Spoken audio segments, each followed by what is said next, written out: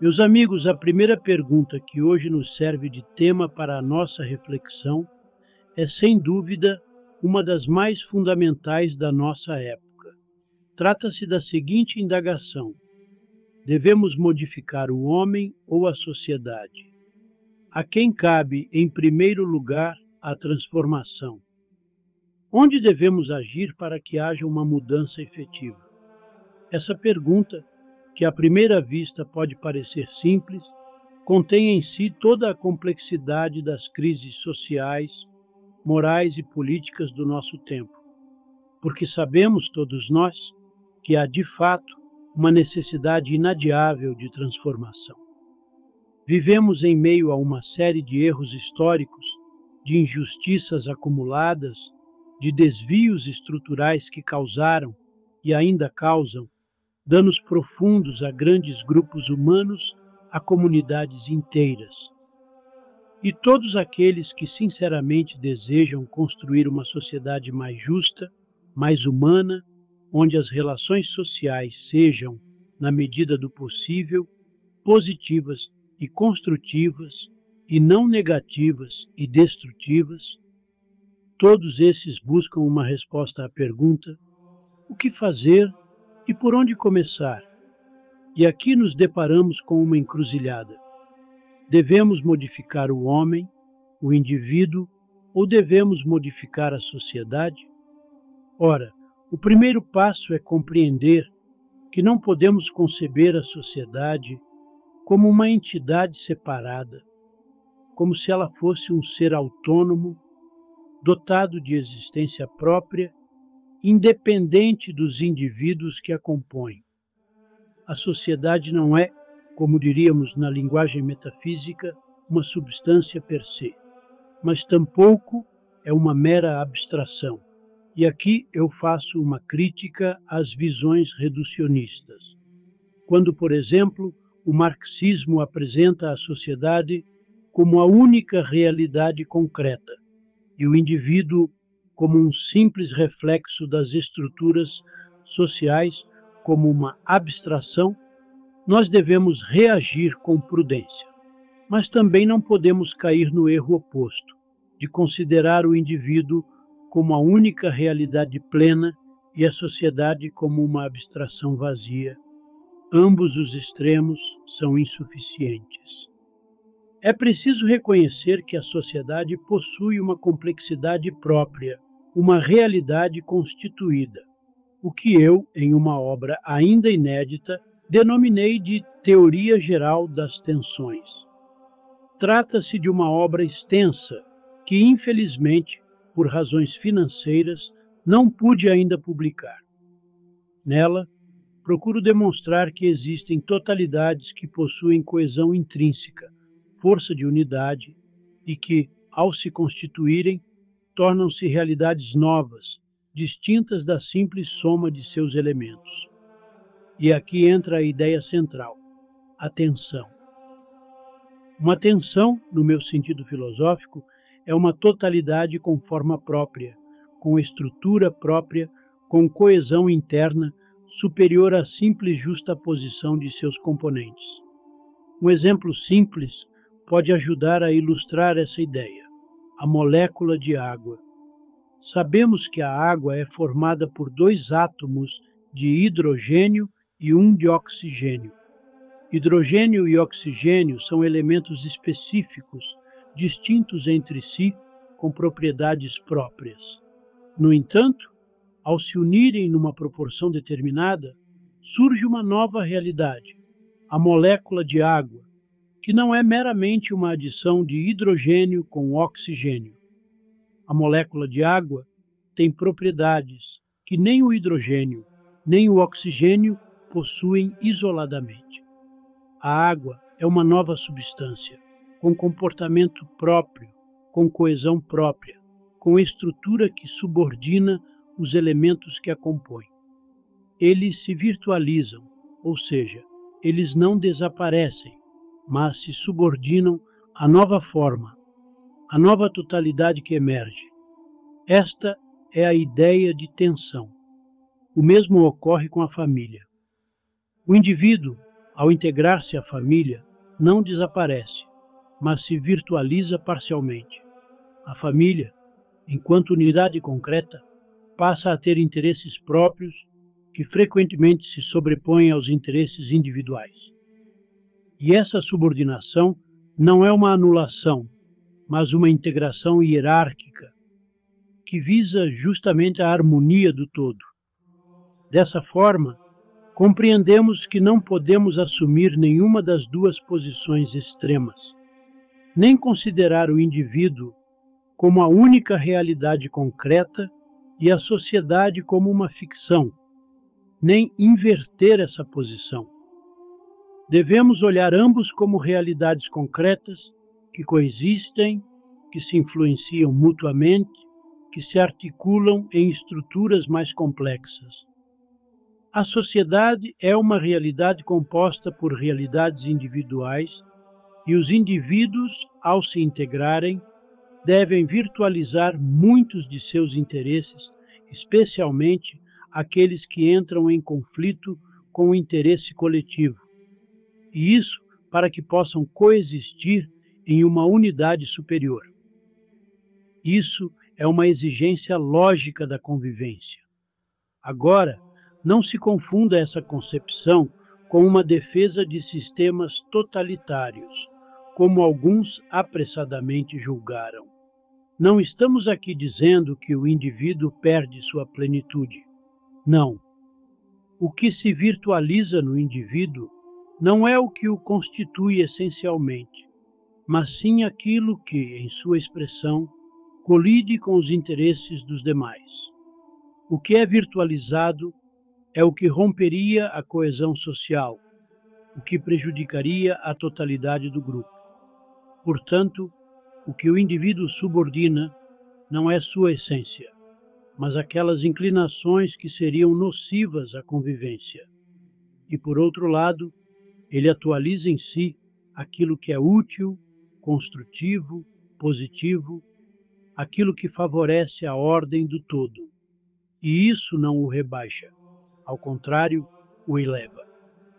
O homem que é capaz de se harmonizar com os outros, de respeitar o interesse do grupo, de integrar-se numa totalidade maior, é, sob o ponto de vista filosófico, um homem perspectivamente superior àquele que insiste em afirmar sua individualidade em detrimento do bem comum.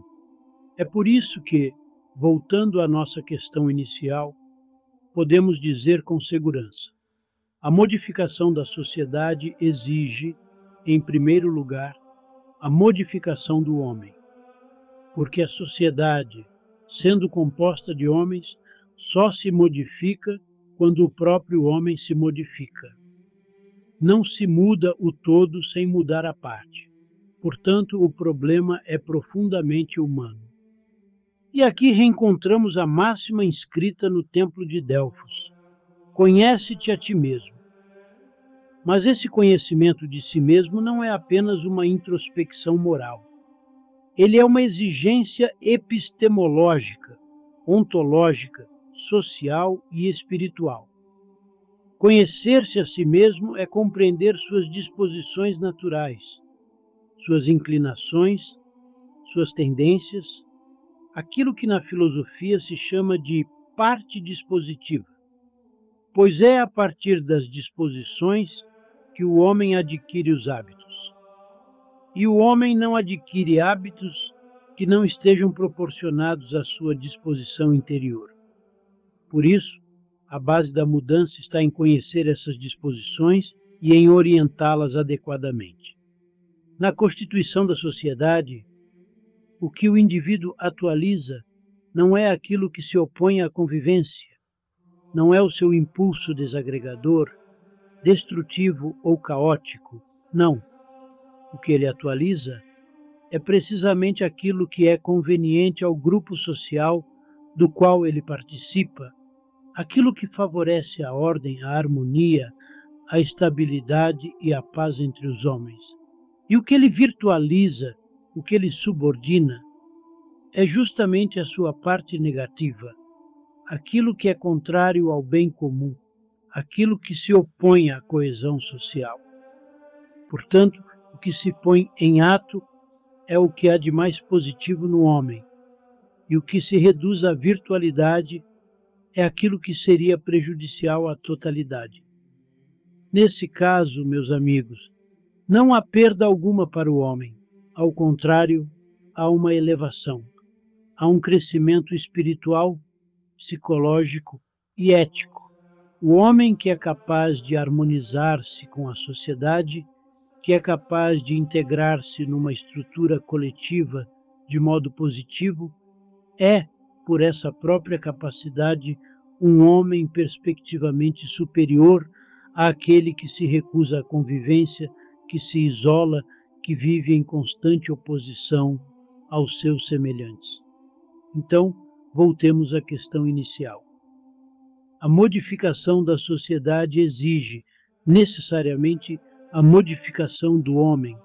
Isso é algo que não admite dúvida, porque o homem é o elemento fundamental da sociedade, é a sua base, é a sua substância viva.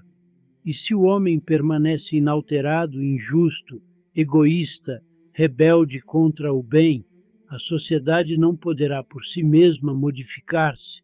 Assim, o problema humano passa a se configurar como o velho e sempre atual conhece-te a ti mesmo. E notem, esse conhece-te não deve ser tomado como um mero conselho moral, uma frase de efeito, uma introspecção vaga e subjetivista. Não, trata-se de uma necessidade objetiva. O homem precisa conhecer-se integralmente em todas as suas tendências, em todas as suas inclinações, em todas as suas disposições. Na linguagem da filosofia, chamamos isso de parte dispositiva do homem, ou seja, aquele conjunto de tendências naturais, de inclinações fundamentais, que constituem o fundo da sua personalidade, porque é sobre essas disposições que o homem vai, ao longo da vida, construindo seus hábitos. E não se adquire hábito senão na proporção das disposições que o sustentam. Um homem não adquire virtudes que estejam absolutamente desproporcionadas à sua estrutura interior. E aqui então surge um tema que já fora tocado, ontem mesmo, inclusive, mas que não teve o aprofundamento que merecia. O tema do orgulho e da humildade, um tema extraordinariamente rico, tanto do ponto de vista religioso quanto psicológico, e que exige tratamento sério, científico, filosófico, e não, como foi feito, tratado com leviandade ou superficialidade. Pois bem, em que consiste o orgulho? O orgulho é, em essência, uma hipervalorização de si próprio. É quando a criatura humana se sente, ou se julga, ou se apresenta como possuidora de um valor superior ao valor real que efetivamente possui. É a inflação do eu, é a elevação ilusória do próprio ser acima daquilo que ele é. Esse é o pecado do orgulho. Um pecado, por assim dizer, ontológico, pois decorre da própria constituição do ser singular. Todo ser considerado na sua unidade tende a perdurar, a afirmar-se, a expandir-se, a dominar-se e a impor-se. Isso é uma lei cósmica. A unidade deseja manter-se como unidade. E nesse ímpeto de expansão, de afirmação, de domínio, é que nasce o orgulho. É esse ímpeto original que nas religiões foi simbolizado pela figura de Satã. Sim, porque Satã, e aqui falamos filosoficamente, não é em sua essência uma pessoa, como pensam alguns crentes em sua leitura literal e popular das Escrituras. Satã é um símbolo do orgulho primordial, do impulso primeiro de um ser que não se contém em seus próprios limites e deseja, a qualquer custo, ser mais do que é. E vejam, Esse orgulho está presente em todos os seres finitos, todos sem exceção, desde os mais simples até os mais complexos. Mas é no homem, e principalmente no homem moderno, que ele se manifesta com maior intensidade. Porque o homem é dotado de razão, de autoconsciência, de liberdade, e por isso mesmo sente com mais intensidade essa ânsia de prestígio. Todo homem deseja distinguir-se, deseja brilhar, deseja ser mais do que os outros, e se não pode impor-se pelo saber, pelo mérito, pela nobreza de alma, tenta impor-se pela força, pela astúcia, pela malícia, tenta conquistar o prestígio de qualquer maneira. Há, inclusive, aqueles que se gloriam até mesmo de sua maldade, de sua perversidade, que fazem de seus crimes um título de superioridade, que dizem: eu sou mais cruel, mais impiedoso, mais ousado. E no fundo, o que está aí é a mesma ânsia de prestígio, a mesma manifestação do orgulho ontológico. É essa vontade de potência, como bem chamou Nietzsche, que reside no fundo de todo ser. Esse querer mais, esse não contentar-se com o que se é, essa expansão contínua do eu, que é natural, sim, mas que, quando não temperada pela razão e pela virtude, degenera em desordem, em pecado, em egoísmo, em opressão. Aquilo que Nietzsche, em sua linguagem simbólica e vigorosa, chamou de mergulho, essa ânsia, esse impulso de querer mais, ele mesmo, mais tarde, denominaria vontade de potência. E essa vontade de potência, meus amigos, esse ímpeto para mais, esse tender a ultrapassar-se, não é algo que se restringe ao homem.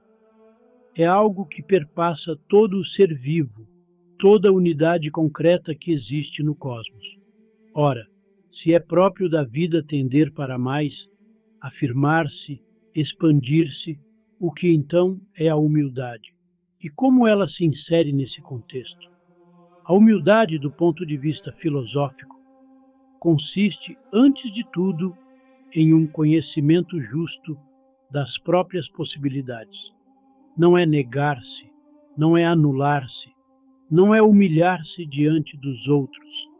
O humilde é aquele que sabe o que é aquele que não se apresenta como mais do que realmente é, mas também não se rebaixa artificialmente, não se mascara para parecer inferior. Ele reconhece o valor alheio, não busca desmerecer os outros para poder destacar-se. Não necessita apagar as luzes em torno de si para que sua lâmpada brilhe mais. Ao contrário, ele se afirma com retidão, com justeza, dentro do campo da realidade e com respeito à realidade do outro. É claro que, como toda virtude, a humildade também pode conhecer desvios, e pode haver, sim, uma forma viciosa de humildade, quando o homem, por exagero ou insegurança, se julga aquém do que realmente é, quando se autodeprecia injustamente. Mas isso já não é virtude, é distorção. A humildade justa, a verdadeira, é equilíbrio, é inteligência aplicada à avaliação do próprio ser, é o domínio de si mesmo à luz da verdade, é o exercício da justiça, não para com os outros apenas, mas para consigo mesmo. A humildade, assim compreendida, é uma virtude intelectual que exige trabalho, disciplina, hábito, formação interior. Ela não surge espontaneamente, ela é conquistada. E aqui está um ponto fundamental. O orgulho é natural. Ele nasce com o ser, ele é espontâneo, ele se impõe com a força da vida. Já a humildade é adquirida. Ela é fruto da razão, do autoconhecimento, da experiência, da educação, da reflexão. Por isso, ela está subordinada às virtudes cardeais, como a prudência, a temperança e, especialmente, a justiça. Uns homens nascem com mais orgulho, outros com menos, mas todos o possuem, em maior ou menor grau. E apenas com o conhecimento de si mesmos, com a análise honesta das suas possibilidades reais, é que podem alcançar a humildade verdadeira. E é pela ausência desta humildade que a humanidade sofre. Sim, sofre. Porque o orgulho, esse desejo constante de prestígio, essa sede insaciável de poder, essa ânsia de domínio sobre os semelhantes, tem sido a causa permanente de conflitos sociais ao longo de toda a história da humanidade. É a raiz de inúmeras guerras, opressões, tiranias, injustiças. E é justamente por isso que encerro esta parte da exposição com uma observação. O orgulho é origem de problemas, enquanto a humildade é princípio de soluções. Mas, como disse, esse é um tema denso, amplo, merecedor de aprofundamento. Eu pararia aqui para ouvir a palavra dos demais, pois há muito o que se dizer ainda. E já que me é colocada uma pergunta, e que é bastante oportuna, vejamos. Ao falarmos sobre a modificação da sociedade, não estaríamos, porventura, reduzindo todo o problema humano a um problema exclusivamente psicológico? Não estaríamos cometendo o erro de esvaziar os demais setores do conhecimento, colocando toda a esperança de transformação na psicologia? A resposta é não. Definitivamente não se pode reduzir a questão humana à psicologia apenas. Porque o homem, enquanto ser, não é apenas um ente psíquico. Ele é, antes de tudo, um ser composto, um compósito de corpo e alma, ou, se quiserem, de corporeidade e psiquismo, unidos por uma forma racional. É exatamente isso, a mente racional, que o distingue dos demais animais. Logo, o homem não vive apenas uma vida psicológica, mas também uma vida histórica, social, econômica, ecológica, política e espiritual. A sua estrutura psicológica é influenciada pelo ambiente em que vive, pelas condições culturais e históricas, pelo meio social. Mas, ao mesmo tempo, ele também atua sobre esse ambiente, transformando-o. Essa é uma relação dialética. O homem recebe do meio, mas também contribui com o meio. Os seus hábitos adquiridos, por exemplo, tornam-se mais tarde disposições estruturais, e essas novas disposições geram novas possibilidades de assimilação e transformação. Assim, sua acomodação ao mundo se torna cada vez mais rica, mais complexa, mais refinada. Portanto, se queremos transformar a sociedade, precisamos sim modificar o homem, mas sem ignorar a necessidade de modificar também as condições sociais, culturais e políticas nas quais ele se insere. Porque se limitássemos tudo à pedagogia psicológica e deixássemos o homem imerso em condições históricas desfavoráveis, toda a pedagogia seria vã. Seria um trabalho destinado ao fracasso. Não adianta apenas educar o homem se o meio no qual ele vive continua promovendo a injustiça, a miséria, a alienação, a corrupção. Por isso, a modificação há de ser conjunta, do homem e da sociedade, do indivíduo e do meio, do interior e do exterior. É uma modificação por convivência, um processo recíproco. Pois vejam, meus amigos, se pensássemos que a modificação do homem pudesse realizar-se apenas por meio da pedagogia, e aqui falo da pedagogia entendida em seu sentido psicológico, isto é, como formação do indivíduo a partir do seu psiquismo, estaríamos incorrendo num grave equívoco. Porque mesmo com os melhores esforços da pedagogia, se o homem continuar inserido em condições históricas e sociais desfavoráveis, esse trabalho estará fadado ao insucesso. Será um trabalho em vão. Será como plantar sementes nobres em solo árido. Portanto, é necessário que, ao lado do trabalho pedagógico, se desenvolva também uma ação concreta no campo social, que modifique as estruturas do ambiente, de modo a permitir que o desenvolvimento humano ocorra de maneira harmônica, coerente, benéfica. Foi exatamente esse o ponto a que eu desejava chegar. A modificação verdadeira é fruto de uma convivência entre transformação interior e transformação exterior. É preciso agir simultaneamente no homem e na sociedade, porque um depende do outro. O homem transforma o meio e o meio, por sua vez, transforma o homem.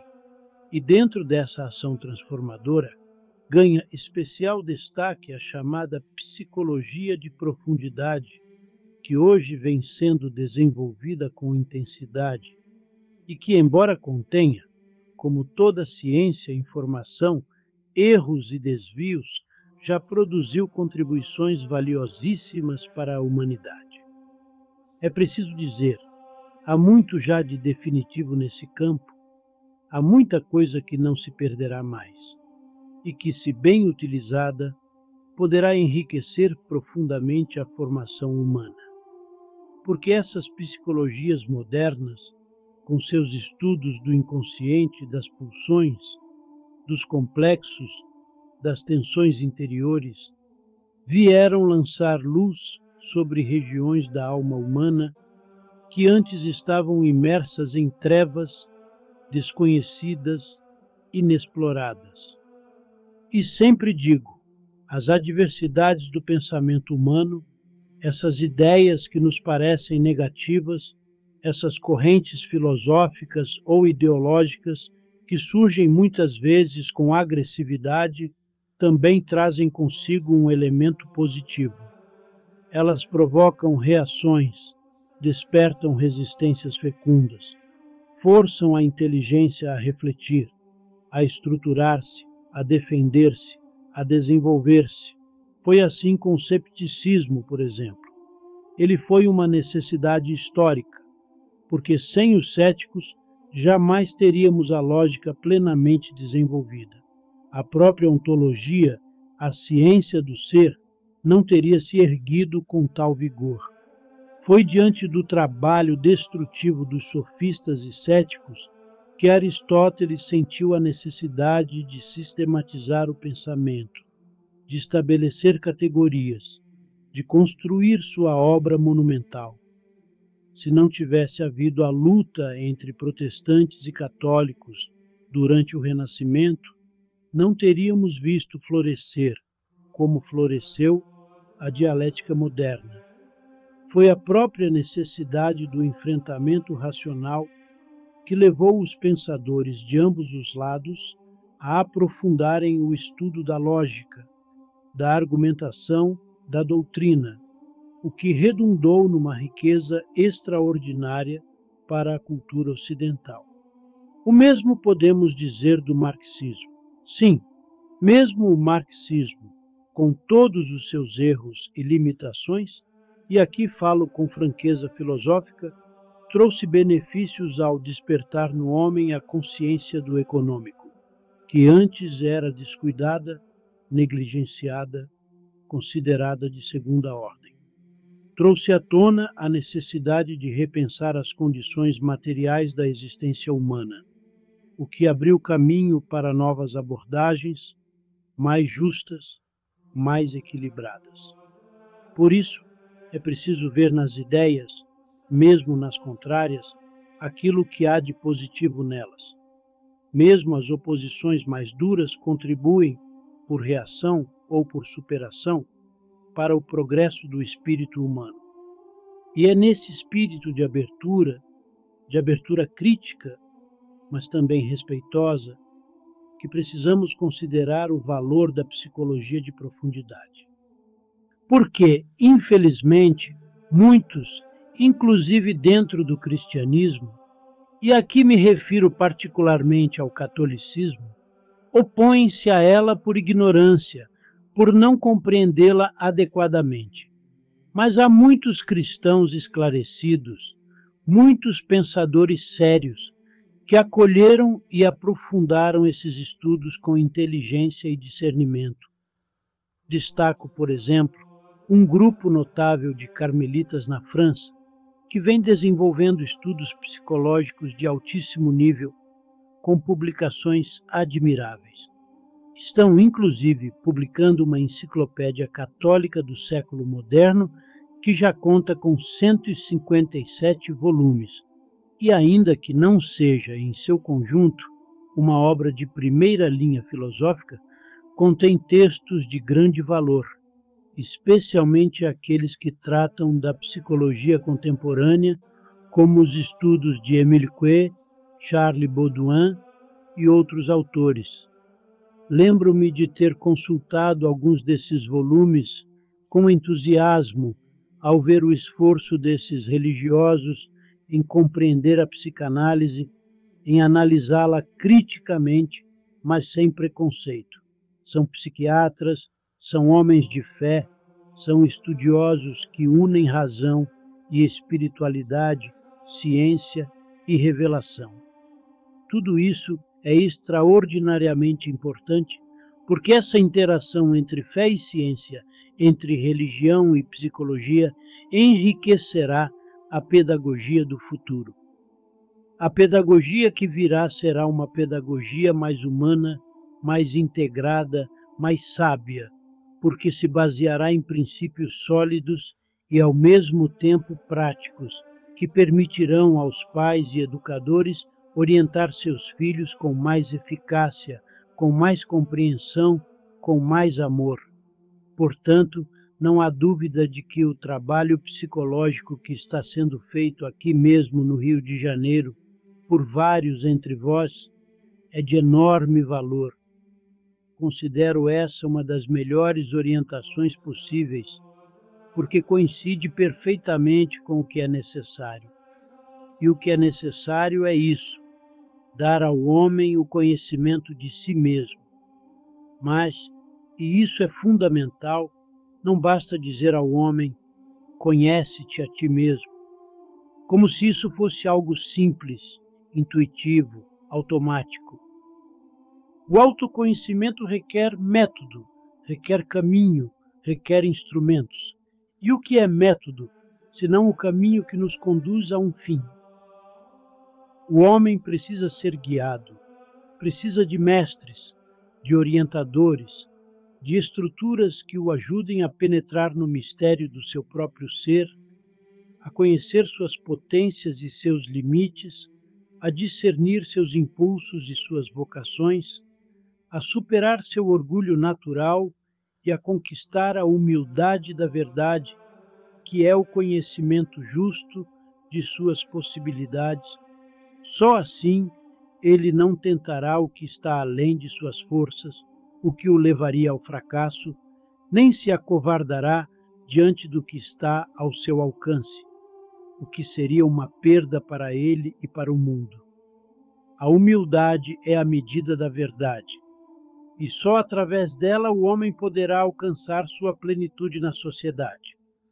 Mas afinal, como daremos ao homem o conhecimento de si mesmo, se tudo o que fazemos é repetir-lhe, quase como um bordão filosófico, a antiga máxima, conhece-te a ti mesmo?